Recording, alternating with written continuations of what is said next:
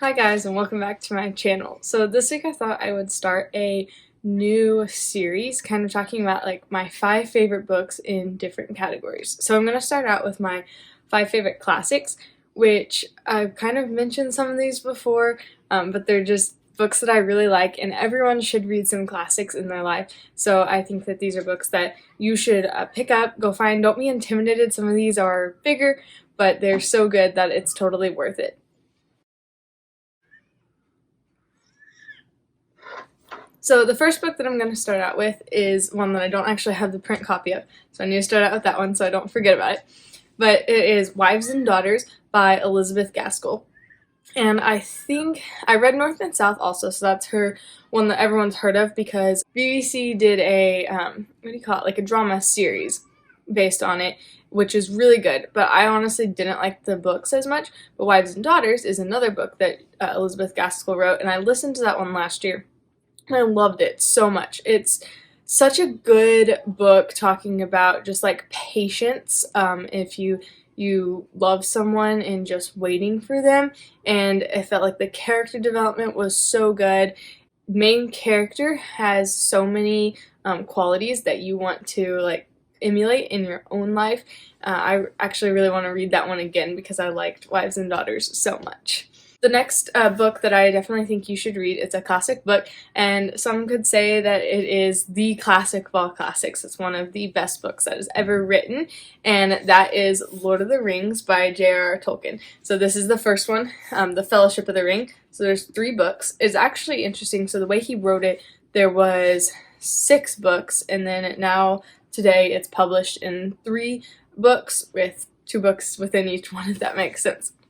But Tolkien's books are so amazing, and he actually wrote so many other books outside of Lord of the Rings, and the thing that's amazing about him is he created this whole world, and he didn't just say, like, oh, there's going to be Middle-earth and we'll put some people in there. No, he came up with an actual language for each of the races in the book, and it's such a great story of good and evil, and you'll never learn everything there is to learn about Tolkien's world, and there's so many books that you could read just branching off of Lord of the Rings. So I totally recommend that you read Lord of the Rings, and if you've seen the movie and you think, oh, that's good enough, it's definitely not. Go pick up your copy of Lord of the Rings right now and start reading it. It could take you a long time to get through, but I would say just go for it. Just start reading. The first one will be probably the easiest read, so get into the story and try to just appreciate how much thought Tolkien puts into each of the characters and each of the places, and I think you'll just be blown away.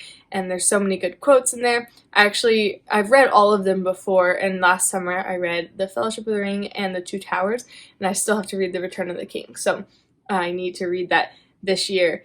You guys should encourage me to do that and finish out the trilogy because it's so good. Next book is The Count of Monte Cristo. And these books are not in any particular order, and if I like them the best, or it's not numbered 1 through 5, these are just 5 classics that I really enjoyed reading.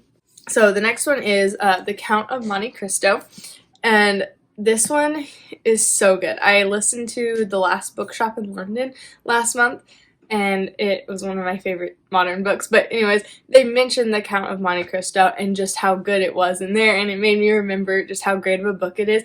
It's kind of a mystery that you're figuring out, unraveling, and it's a story of forgiveness. A lot of people don't like it because they think it's the story of revenge, but in the end, it is a story of forgiveness. Basically, this guy loses everything. It's almost like a Job story. Like, he loses everything, and then it's his story of just building back up and surviving through that and just seeing God's providence in it all. It is such an amazing story. And what's funny is that most people don't realize that the editions that are published in modern times are actually abridged. There's a couple of parts, like big chunks, that are cut out. So I've only read the abridged version, and the I think the Penguin Classics one is unabridged, like the fancy pretty one. I'll try to put a picture up here. That one is unabridged if you would like to tackle that. But I really enjoyed the abridged version. And it's still a pretty big book. But this was one that, even though it was big, I still just enjoyed all the time that was spent in it, and I actually really want to read it again. The thing about classics is that you can just read them over and over again, and they don't really get old. You keep learning new things, and there's just such beauty to the story and such character development. That's something that I miss a lot in modern books, is the character development. So I really like The Count of Monte Cristo. And if you like any kind of mystery type books, or like just seeing someone come from nothing, I would definitely recommend this book to you. And I think it's a really great book. And I try to pick out in these 5 books ones that were not necessarily just for girls, because obviously I'm gonna like books like that, and I don't really like a lot of super adventurous books, but I think these are 5 classics that can kind of apply to anyone. But Count of Monte Cristo is definitely one that anyone would like, and pretty much everyone I've recommended it to has said that they really enjoy it, so I think that you'll enjoy it too.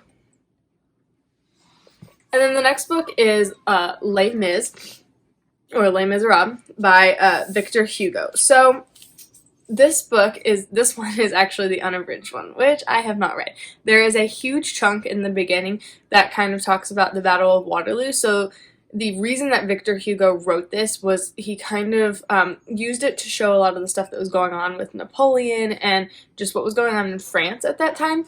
And so there can be a lot of historical stuff that doesn't really play into the story. In this book, it's really interesting. He didn't write really anything else that's good.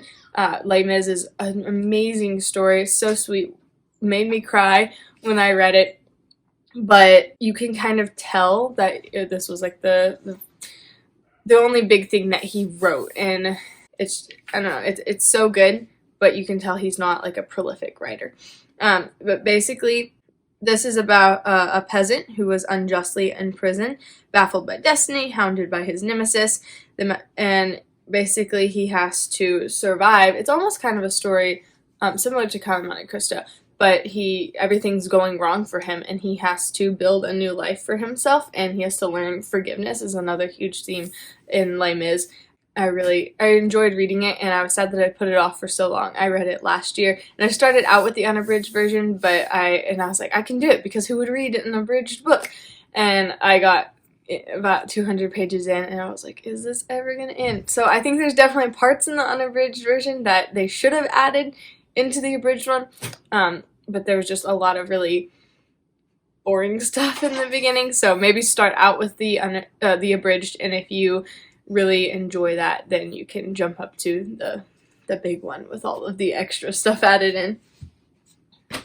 Okay, and then the last of the 5 is a book that I have talked about a lot on here, and if you know me or you've ever had a icebreaker conversation with me, you know what my favorite book is, and that would be Jane Eyre by Charlotte Bronte. This is my favorite book of all time, and I think a lot of the times with these classics, a lot of classics that you don't like, it's because you just read them at the wrong time and they didn't really connect with you. And I really like Jane Eyre because of the time I read it. I really enjoyed it and appreciated it, and I think it's an amazing classic because it's written around the same time as all the Jane Austen books. And although Jane Austen's an amazing writer and she does add so much character development, you can tell the worldview she writes from is not Christian. And the thing that I loved about Jane Eyre is that there's such rich theology in it, which is so rare to find in books written in this time period. So the beginning, if you're reading it, kind of starts out depressing, but it definitely plays into who she is later on and the rest of the story, so it's important to press through. But once you get to like the main part of the story, it's so good, and this is one of the few books that I actually ended up crying in because there's a really emotional scene, and yeah, I just think the theology is so good, and a lot of pastors have said that this is like their favorite book, and they read it all the time. I would definitely recommend it, though, to any young women. It's such a good lesson on not idolizing people and trusting in God, and I've read it 3 times, I think, and I'd like to read it again because I just love it so much. And I actually haven't seen any of the film adaptations, I don't think, because most people have told me they just ruin the story, so I'd rather just stick to the book. So that was 5 classics that I think that you should go pick up. Anyone, young or old, can read these. Obviously, if you're a younger child, you might not be mature enough to understand and appreciate everything that's going on, but I definitely think that any age can read this. Anyone would really enjoy these books. And then I actually have 2 honorable mentions, so let me grab those. So my honorable mentions are 2 books that I read in a Christian worldview class when I was in high school, and I had read one of them before, and I really enjoyed it, and then I got to read the other one, and we compared and contrasted them. And those 2 books are Frankenstein and Dr. Jekyll and Mr. Hyde. These are really ugly versions, but they have little notes in there that are really helpful. But these books are so fun, I think, to read because they're written from 2 completely different worldviews. And you get to see like the nature of man that is presented in our world, even back in the 1800s when these books were written, and I think it's just such a clear picture of what we see around us, and it's a great teaching opportunity. So if you're a high schooler or you have a high schooler, I would definitely recommend reading these and learning about the nature of man. So basically, Dr. Jekyll and Mr. Hyde, this is kind of spoiler, but if you're reading this, you see that basically the evil side wins out. And so Robert Louis Stevenson is kind of writing to show that no matter how hard we try to be good, we never can be, because we're born with this evil part of us, and it will take over unless we have something to help us, and that would be Jesus, right? That will change us, and he's the only one who can make us do anything good, right? But this book shows really well that man is born with a sin nature. And then you have Frankenstein, which I also cried reading this book because it's so emotionally written. Mary Shelley wrote during the time of, I think she was friends with, what's his name? A really famous poet. I can't remember what his name is, but sort of during that time of very, I can't think of any of the terms right now, but not romanticism, but kind of like just really romantic and kind of just do whatever you want and go with your nature and whatever it's your heart is telling you to do, kind of that group of people. And it's written in just a really emotional way, and so that's why I really connected with it, and you can really just feel everything that she's writing. But this, if you know anything about the story of Frankenstein, basically the monster says, well, I was created perfect, and then because of the way that everyone treated me, then I was turned into this horrible creature. So it's a good picture of like what most people would say the nature of man is. Most non-Christians would say the whole like nurture thing. And so our nature is born good, but then we're nurtured into either good or bad, which is an unbiblical idea, but these 2 books just show really well the 2 different views of the nature of man. So I thought I would mention those because I think even high schoolers can definitely read these and appreciate these and learn a lot from them, and I think I want to read Frankenstein again because I really enjoyed it last time I read it, and I really enjoy her writing and think it's a really good book. So those are a total of 7 classics that I think that everyone should definitely read. I've read all of these, and I look forward to reading them again, maybe soon, and I think you will just enjoy them all and just appreciate that books that are not modern books were written with so much more depth and so much more thought. In each character meant something, each scene is meant to teach something.